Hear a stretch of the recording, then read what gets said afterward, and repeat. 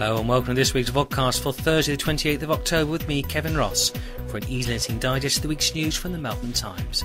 Coming up, spending cuts but the council tax has been frozen, MP calls on the wind farm developers to fly blimps, Tiger stars drop in for a dinner, so near but so far for Craig Dolby.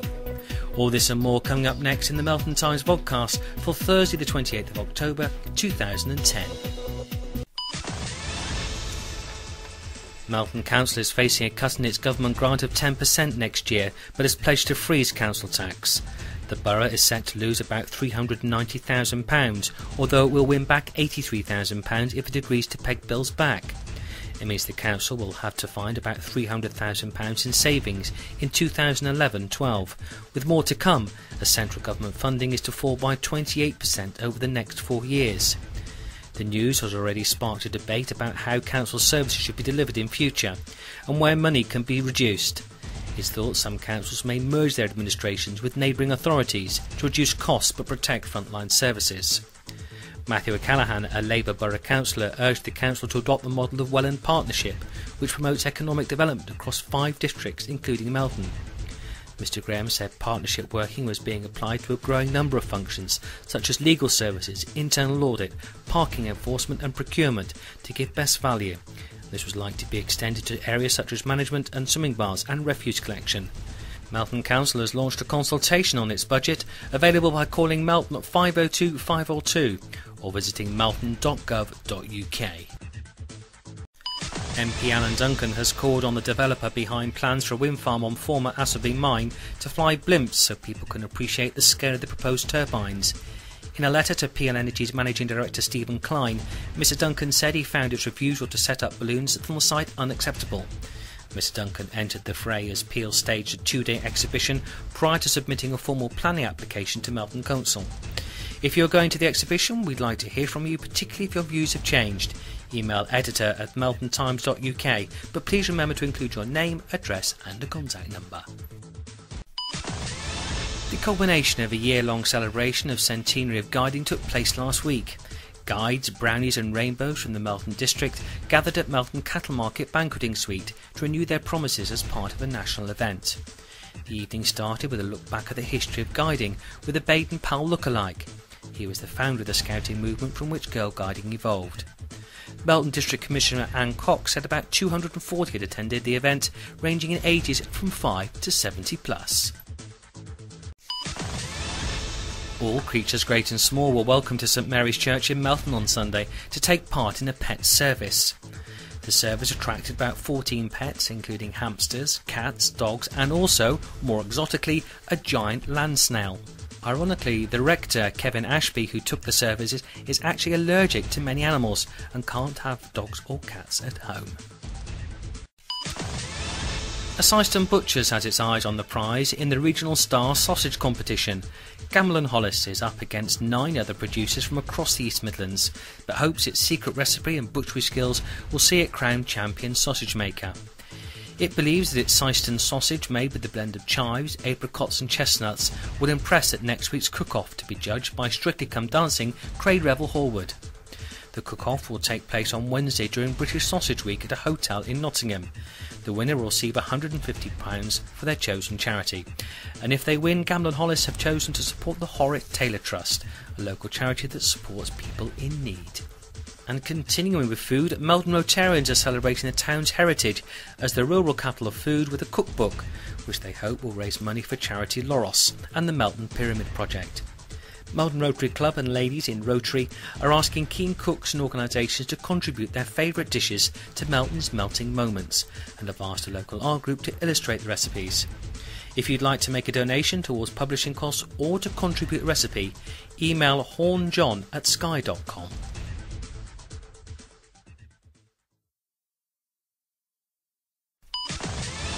An amazing woman who has taken on Kilimanjaro and now wants to climb Mount Everest is determined to fight for her mum, who is battling with cancer, by raising money for Macmillan.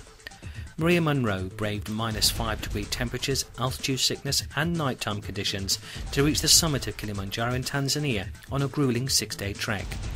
Maria's target was £4,000, but thanks to friends and family she's raised a staggering £8,615. She's looking for 50 more people to join her in exhibition, so if you're interested, give her a call on 07753 746 427. From Maria to Margaret Moore, who has launched her Mayor's Appeal this weekend to raise funds of her chosen charities. Margaret has chosen to raise funds for the Derbyshire, Leicestershire and Rutland Air Ambulance Services, and would also like to raise money for Melton in Bloom for a watering system from the hanging basket on Burton Road Bridge. Fundraising begins this weekend with a free family Halloween fun day at Scolford Hall. It'll run this Sunday from 12 noon till 6 p.m. in the gardens and the grounds. And yet in more charity events, staff at Melton Roadbury Building Society have put their own cheeky calendar together in aid of Help for Heroes. Over the course of the year, staff and members have collected more than £1,300 for the charity through various fundraising activities, and they hope to top £3,000 with proceeds from a calendar sales. The project was coordinated by Melanie Swainston and Vicky Williamson, and they were surprised just how quickly their calendar girls and boys came forward to take part. Each costs £6 and half will go towards Help the Heroes. The calendar will be available from the Building Society's principal offices in Leicester Road and branches in Melton, Oaken and Grantham. Reserve your copy at telephone Melton at 414141. And some more calendar boys dropped in at a dinner. A galaxy of international rugby stars were in town last Thursday for Melton Roundtable Sportsman's Dinner.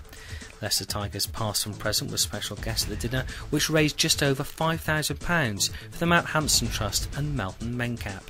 Hi, I'm Dominic Heel, a presenter for East Midlands Today from the BBC, and you're listening to the Melton Times podcast. A team from a church community in Melton has put its faith into action on a mission to Honduras. 12 members from Melton Vineyard went out to work with a local church and orphanage. They spent 16 days and made a real difference to people's lives, building on 2 previous trips in 2006 and 2008. At Ninos de la Zutes, the children of the Light Christian School, a poor neighbourhood near Silibita, they taught English, arts and crafts, drama and dance. They painted a classroom, concreted 2 bathroom floors and assisted in the kitchen preparing and serving food to the orphanage. And to communities nearer home, an inaugural parish walk held to mark the launch of the new Harby Walks leaflet provided a great success despite poor weather. The event attracted walkers all eager to brave the elements and explore the countryside around their village. The Harby Walks leaflet is one of a series of popular parish walk leaflets which encourage people to get out and about in Leicestershire. And one place you do want to be out and about this Christmas is Melton Market Square. This year's Christmas light switch on celebrity has been named as Emmerdale star Lyndon Ogborne, who plays soap villain Nathan Wilde. Lyndon will be kicking off a package of programme events over the Christmas season alongside Mayor Margaret Moore by unveiling Melton's Christmas lights to the public on Friday, November the 26th. And in free time this week, with the roundup of Halloween and light parties, a free Halloween family fun day is being held at Scolford Hall. It runs from 12 noon till 6 p.m. and includes free hot dogs and toffee apples for children. For more details, call Melton 444654. A light party is being held at Melton Baptist Church tomorrow at 6 p.m. till 7:15 for children aged up to 11. Please book in advance on Melton 560 975. And Twin Lakes Family Theme Park has turned into a family screen park for Halloween with free pumpkin carving and craft workshops and creepy competition. Family Fright Night is being held on Saturday from 10 a.m. till 9 p.m. There'll be live radio, disco, fancy dress and much, much more. So for more information on that, telephone Melton at 567777. And a spooky fun day is being held on Saturday as well from 4:30 onwards at Andy's Fish Bar in Sicelsby Street, Melton. Away from Halloween and looking towards the festive period, the town's Gas League Theatre Company is staging Godspell, and director David Irvine says they have cut their prices to the bone to encourage as many people as possible to go along. The show will run from Sunday, January the 2nd to Friday, January the 8th. For information, go to gasleaguetheatrecompany.co.uk, and to book, call the box office on 851111.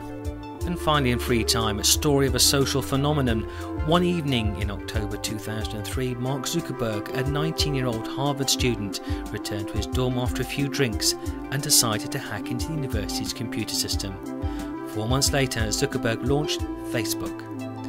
For more information, call the Regal on 562251 or go to regal-melton.co.uk.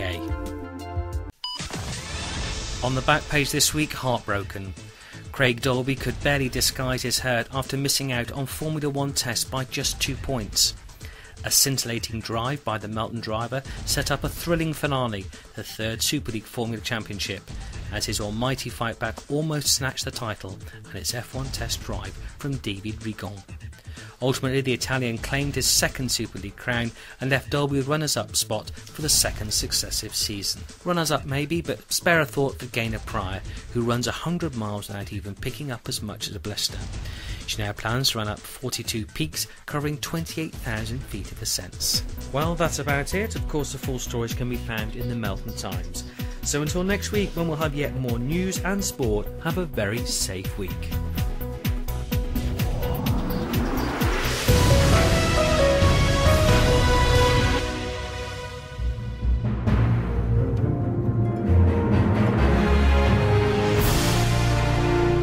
That was a JK Media production for the Melton Times.